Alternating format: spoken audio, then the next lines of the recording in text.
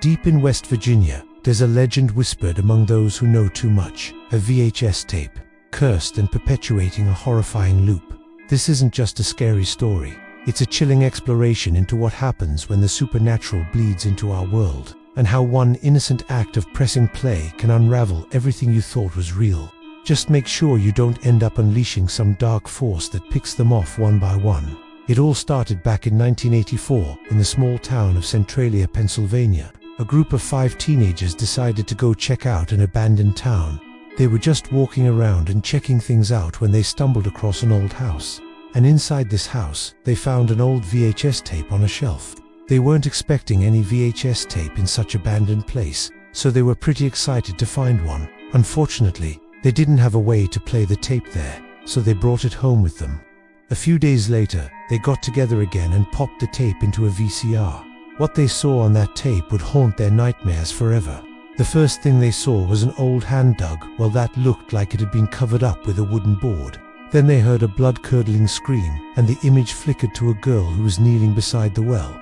Her head was bent down, and something covered her face. All they could see was her red dress. As the tape continued, they saw the girl get up and walk away, revealing her face. She had no eyes or nose, and her mouth was filled with sharp, pointed teeth. She began pecking at something on the ground, and the camera panned down to reveal that she was eating something. It was then that they realized what she was eating was human flesh. And if that wasn't bad enough, they then saw a crow land on her shoulder and peck at the remains. The teens immediately turned off the TV and threw the tape into the corner. They sat there in silence for a moment before deciding that it was probably just some kind of sick joke. Maybe someone made the tape and they just wanted to mess with people. That's probably it, right? Well, they would soon find out that it was not a joke. As the hours passed, they all went home and tried to forget about the creepy tape. But as soon as they stepped foot inside their own homes, the lights began to flicker. They all tried to call each other, but every time they dialed the number, the line was busy. Eventually, they all went to sleep, trying to forget about what they had seen, but they couldn't shake the feeling that something was wrong. The next morning, they all met back up and decided that they would watch the tape again. As the tape played, they noticed something odd. On the left side of the screen, they saw a shadowy figure standing behind the girl with no face. They paused the tape and rewound it to try to get another look, but the figure was gone. They shrugged it off and continued watching, but they never saw the figure again. Once the tape ended, they decided to throw it away. So, they tore it into pieces and scattered it in a nearby river. As they walked away, they could have sworn that they heard the sound of the girl screaming, but they just kept walking. But the horror had only just begun. That night, one of the boys, Chad, woke up in a cold sweat.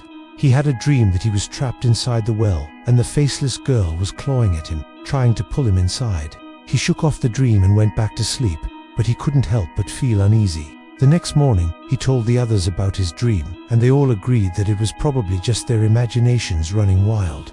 But little did they know that it was a warning. Later that night, Chad was awoken by what sounded like screams in the middle of the night. He got out of bed and walked to his window.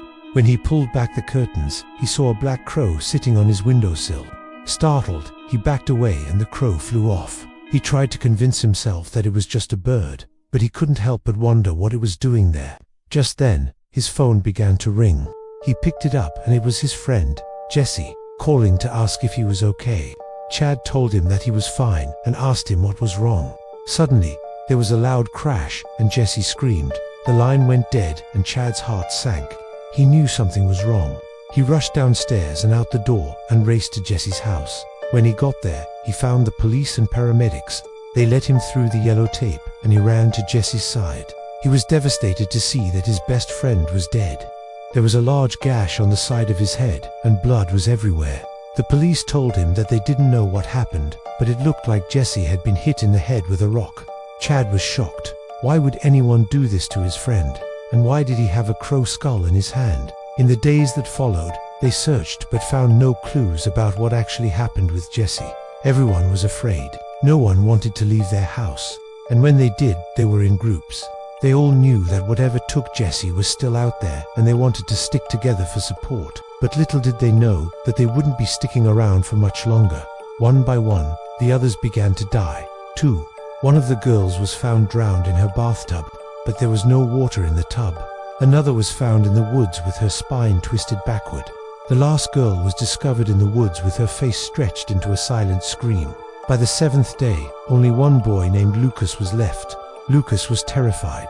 He didn't know what was happening, but he knew that he needed to stop whatever this was. He went back to the old town, hoping to find something that could put an end to all this chaos. He searched everywhere, but he couldn't find it. Finally, he came across the collapsed mineshaft where he had gotten the tape from. He cautiously approached the edge and looked inside. There was an opening at the bottom where he could see some light coming from. He climbed down and walked over to the opening. Just then, he heard a voice behind him. 7 days.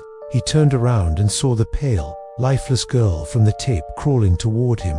She had long, stringy hair covering most of her face, but he could see that her skin was as white as bone and that her eyes were vacant and soulless. Lucas tried to run, but the girl was quick and agile. She reached out and grabbed his jaw, ripping it clean off.